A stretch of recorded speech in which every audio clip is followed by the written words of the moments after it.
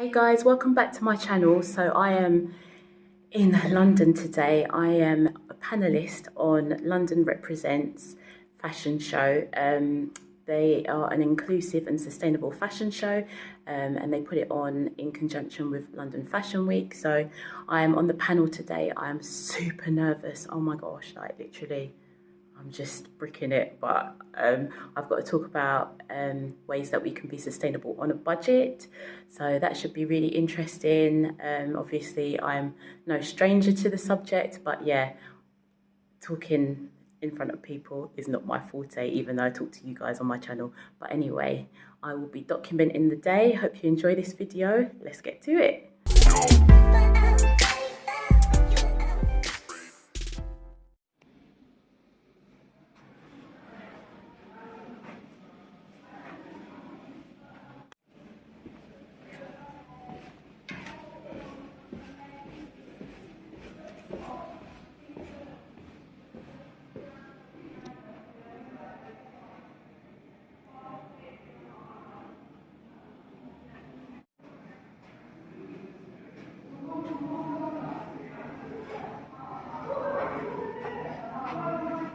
So the models are practicing their runway at the moment, so it should be good. It's looking good. This is a super old English building, very decorative. I'm just going to go down and take a seat and read over what it is I need to say. Gosh, I'm going the wrong way.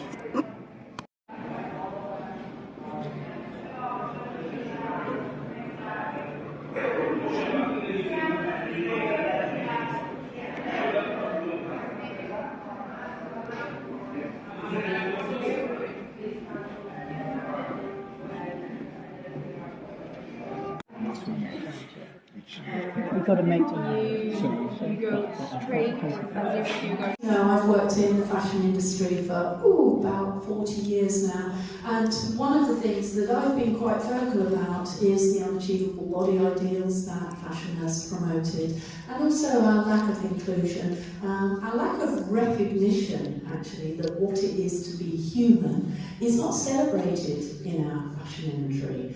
And so I'm thrilled that increasingly more and more young practitioners and conscious practitioners are beginning to think about those issues, because fashion has enormous power, doesn't it? Fashion has, certainly because of all the digital networks, its ability to create stunning, glamorous, seductive imagery, whether it's on the catwalk or whether it's in static photography or film. It has the power to iconize identities and glamorize and represent and to normalize. And when we only see one type of humanity on a regular basis, on repetition, then that actually is training our brains to think in stereotypes. And I'm thrilled that we are all beginning to be much more conscious about body difference, about identity, whether we're coming from a perspective of age or race, ethnicity. And I'm also delighted that our younger creatives have really put the conversation around neurodiversity and understanding mental health out there for all of us to benefit from. So when we all use our voices and live authentically and with the integrity that we want for our lives, we don't just benefit ourselves, we benefit others as well, because others feel emboldened by us stepping into who we are. So that's one of the reasons why I think this show will be an absolute joy, really wonderful thing to see. And we thought it would be really valuable to have a conversation beforehand for those of you who are working in this area, just to understand perhaps some of the things that are playing out behind the scenes. So before I ask my panel to introduce them, I would just like to thank Clear Text, who will make the live captions at this event today for those who are hard of hearing. And I'm going to sort of stand for the most part when I'm talking to people. It may be that if you can't see some of our panellists, then they can stand for you also. Obviously you can see the main group through the middle. But I will ask each person now to introduce themselves. So Roland, if we could just come down the line and everyone can stand up and just say a few little words about themselves to get up. This day so far, my name's Karen Clark and I'm a personal stylist. I'm also a mum of 4. I'm a digital creator as well, so I create content on Instagram, TikTok and the rest, you all know it.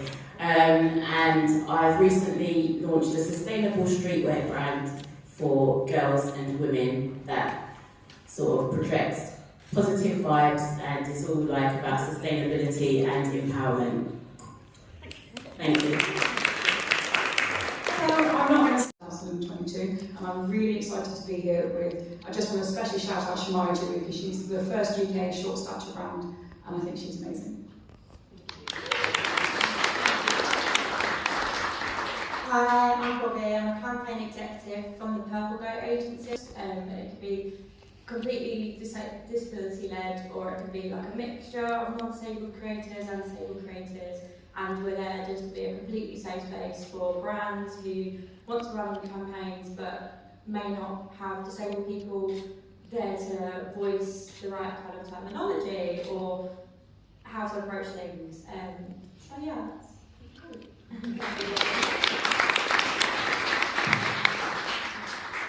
Hello everyone, I'm Cristiane Aquino Bonomo. I'm the Deputy General Counsel of Brazil in London. I'm also a mom of 2, including Vito, my oldest, who has Down syndrome, epilepsy and apraxia. I'm also the co-founder of an NGO in Brazil called Movimento Down Movement. And I was also the president of the Committee on the Rights of People with Disabilities for the Ministry of Foreign Affairs in Brazil. And I'm delighted to be here with you today. Hi everyone, I'm Karen Smiller.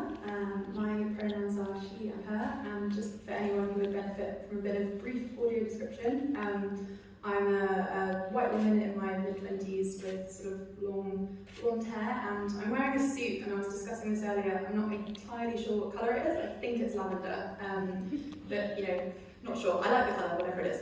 And I work for the Valuable 500, which is an organisation for about 20 people strong now, and we work with 500 of the world's biggest companies to encourage and advise and sometimes push them to be more inclusive of people with disabilities. And you might be thinking, kind of, why business? Like, why does that matter? Why do I care? But what I would say to that is that, as we've heard from Karen, you know, business is incredibly powerful. It's an incredibly powerful force in the world. We buy from businesses, we work for them or with them, we interact with them on an everyday basis. So our thinking is, if you can make business inclusive and you can get business to value things and care about them and actually, you know, see people with disabilities for who they are, employ them, all of that, then society will follow. And that's really what we're all about. So I'm really excited to be here too. Thank you for having me.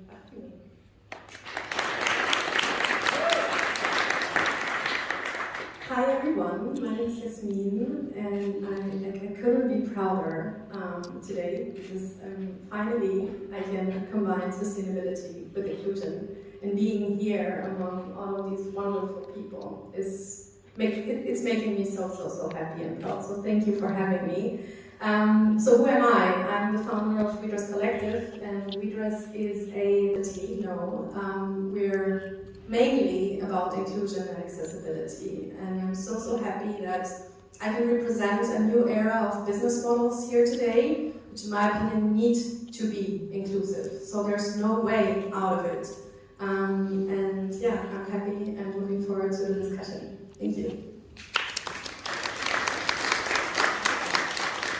Hello, my name is Lenny Matos. I'm a business entrepreneur in England. Lenny, would you stand up Yes, just so people can see you and say hello? The smaller one. I'm a business entrepreneur in London, and I'm not in fashion. I'm trying to model it now after 40, so I'm very proud about that. But I've been trying to sponsor a lot of shows like this one. I work with recruitment, so I recruit from everywhere, from every color, every nationalities. And yeah, I'm so happy to be here, and I'm very proud of everything. Thank you. So our fashion education system, to a certain extent, has got to broaden its understanding of the designers it's putting out there. And certainly, in terms of marketing, you've flagged that up immediately, so it makes total sense to come to Bobby, a business from scratch, and your approach to it, because again, when we're looking to do something on a shoestring, the ethics of sustainability, all of those things are an addition, aren't they? They're extra things to consider. Yes, absolutely. So as a creative, there's nobody, as you say, there's, in my circle, which is like, I had written bullet points, but I'm gonna, that's going now. That's going to the waste. Freestyle! Yeah. But literally, like, there's nobody really who's in that sort of digital space who kind of, I can see that looks like me, or, you know, is a black mummy who, you know, is into style and is a bit curvier or past the size 12. There was no one like that. So that's why throughout my work, working with brands, I've tried to just be myself really, be about me and not look to what other people are doing. I'm all about sustainability, I love slow fashion, and just really not try and conform to other people's styles and just rock my own style. So I think that sort of came into play when I was starting up Pink Runway, which is my brand, and also the fact that my children are sort of bigger for their ages as well. So a lot of the clothing that was available from brands was sort of like age not appropriate really for, you know, like 16. I'd have to look at 16-year-old stuff for my 12-year-old, and it's sort of like, nah, do I really want to put my 12-year-old in a crop top and little itsy bitsy things? No. So because I struggled with that, I've got 3 girls, it sort of, yeah, I just thought, I might as well just start something myself. I'll design the clothes, I'll get them produced sustainably, because at the end of the day, I want to see my grandkids have a nice planet to live on, and, you know, just try and do my bit and add value as well. And talking to other parents, they felt exactly for children who are bigger than their age, you know, who for age appropriate clothing. So that's where it all began. And yeah, through my social medias as well, I just try and keep it real. I stay positive, like try and, even with my clients as well, who I see for personal styling, that, you know, they come to me and their confidence is so low because in the media and on social media, they don't see anybody that resonates with them. People look like skinny minis. Not that there's anything at all wrong with you being skinny, that is absolutely fine. Everybody is beautiful in their own way, and why should there be a label on just because you're skinny, that's the way to be, or just because you've got a few curves, or just because you've got big boobs? Why? Like, who are these people to tell us that, you know, this is the way we should look? So I'm just trying to be positive. I try and be positive with my clients and everyone who I come into contact with, and just keep it real. Be yourself. That's what I say to everyone. I try and elevate people when they come to my styling sessions, you know, whether it's that they've had a baby, or they've had, you know, a breast removed from surgery, or they're, you know, mid-stage in life or returning to work, whatever it might be. You know, there's always room for everybody, and everybody should feel beautiful and comfortable in themselves, whether you've got a disability, whatever it is, no matter what skin colour you are. I'm just like all about the inclusiveness and sustainability and slow fashion. And I just, yeah, I want to see my grandkids and great-grandkids. And we're going to press you for a few tips of shopping sustainably on budgets. Yeah, so shopping sustainably on budgets, quite often I'll relate this to like my clients, my personal, you know, to the shops, or I'll go to their homes to begin with, and it'll be like, Cam, I don't know what to wear. Like, oh look, I've got all these clothes, I just don't know what to wear. Right, we need to try on everything in that wardrobe. I want to see you put it on.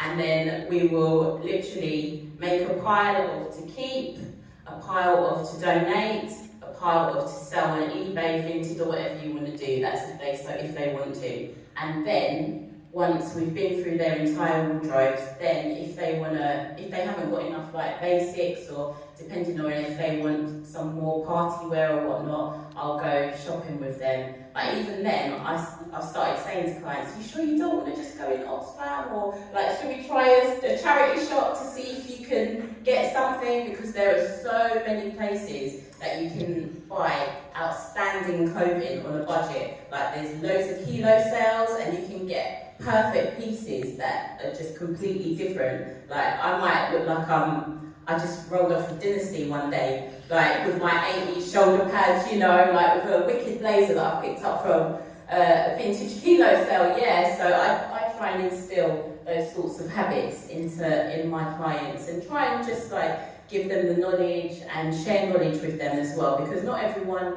you know, is in fashion. Some people are just working their jobs 9 to 5, and you know, they're like, oh, Cam, actually, yeah, I hadn't thought about that. You know, actually, and quite often as well, if you go to a local charity shop, if you say, yeah, this and this is my style, they might set things aside for you as well, if you get to know them really well, and you could find some hidden gems in there. So I just try and share my knowledge about fashion and style with people, and elevate people, and you know, obviously things are really tight right now for people as well, with the economy and stuff, so just try and be frugal with the pieces that you already have. If something needs mending, pick up even if it's only like cross stitch or a basic stitch that you can do, try and mend it, or get a badge or some diamantes, and you can rework pieces, and then they'll look amazing and you'll fall in love with them again. So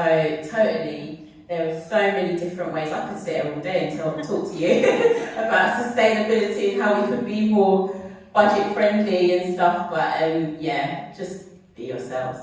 A whole new list of things to do in the evening instead of tuning into your favourite streamed programme. I'm going to come next to Christiane to ask you for that. So our fashion education system to a certain extent has got to broaden its understanding of the designers it's putting out there. And certainly in terms of marketing, you've flagged that up immediately, so it makes total sense to come to Bobby. Creative freedom when you're making the rules. It might take a bit longer, and it certainly takes people a while to get on board, because it's new, and you know, we're the adaptive fashion community. We are literally creating a new industry, so we don't have proof of concept anywhere. We're having to build it, so it is a bit of a struggle to get investors, and as a lot of us know, like 1p of every pound raised by VC funds goes to women. But then if we want to talk about disabled women or disabled men getting funding, then it's even less than 1p. That's quite a sobering thought, isn't it? And thank you also for correcting me at the top. You know, vocabulary and how we deal with like-minded peers. What did you learn when you wrote the book? Well, first of all, I discovered that in a business, quality is not everything. You can have the best quality, you can have the best setup. If you don't have your network, you're going to be stuck. And that's why I try to understand. So I got involved with the Brazilian community again. We started doing coffee breaks, and we started to teaching that small business, that you need to be there. You need to show what you have, what you do, and you need to talk about. Talk about is very important. And that's what we did. We learned like this. Networking is, in my opinion, the best advertising you can have. And as a business, putting this in doing networks and talking about the new generation, that how we do things. We do wrong, we do right, but it's from this that we can understand and do more and more. So that's what we always try to do. I network a lot. But when you want to have a reading about network, you get books with 200 pages. That's true. And in that 200 pages, you have lines about network. So I had the idea, why not write a book about network that someone can read in the bus or in the train? Because you don't, there is no like magical. It's just there. You need to, what you know need to be said. So if you're good in that, you can teach. And teach is important. And I discovered too that it's not because you're gonna teach, you're gonna lose. No. When you teach, you make your network, you're going up and more.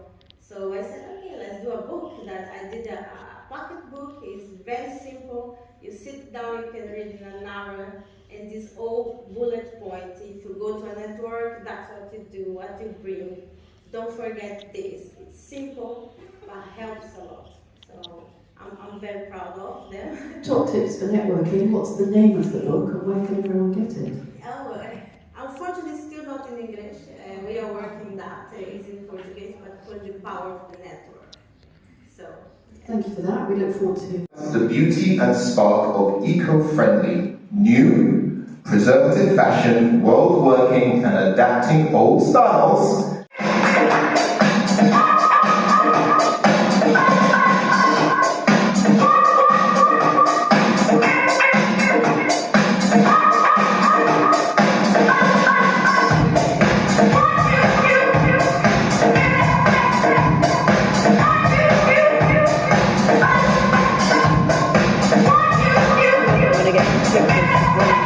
I know.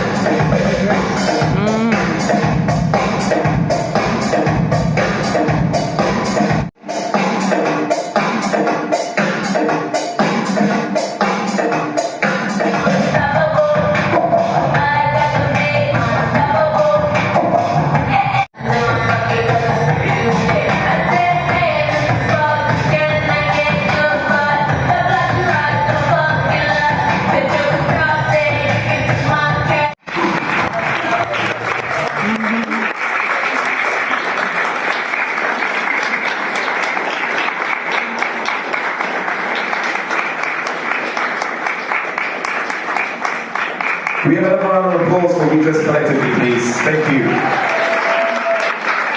And the beautiful, amazing models. Thank you so much. Brand dedicated on development of constant and beautiful clothes for people of short stature, classy and elegant.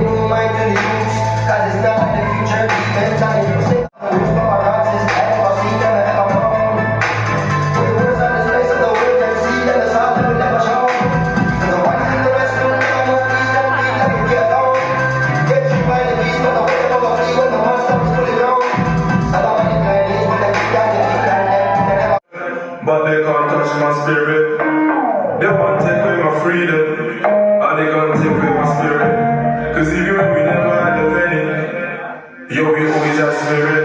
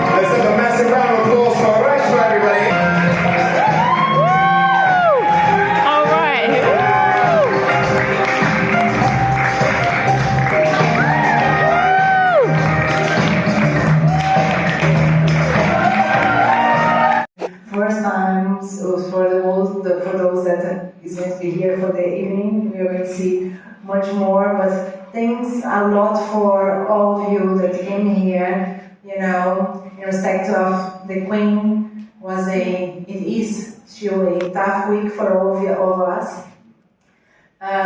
First of all, I want to say thank you to all of the sponsors of this event.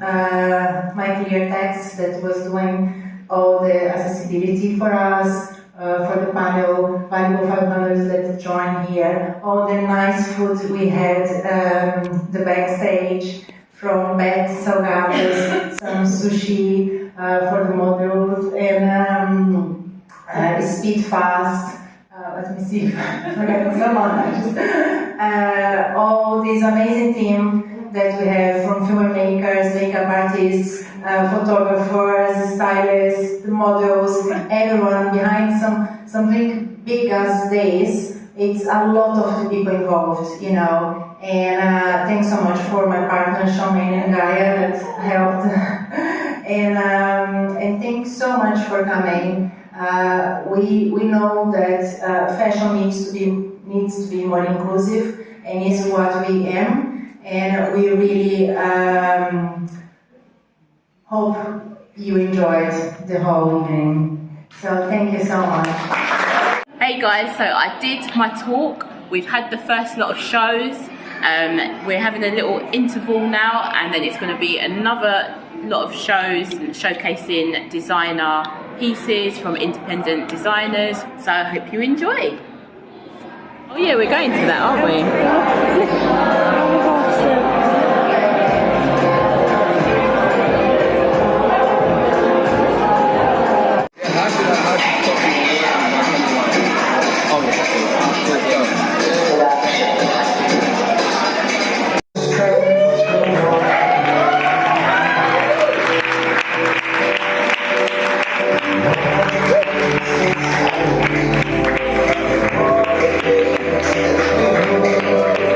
How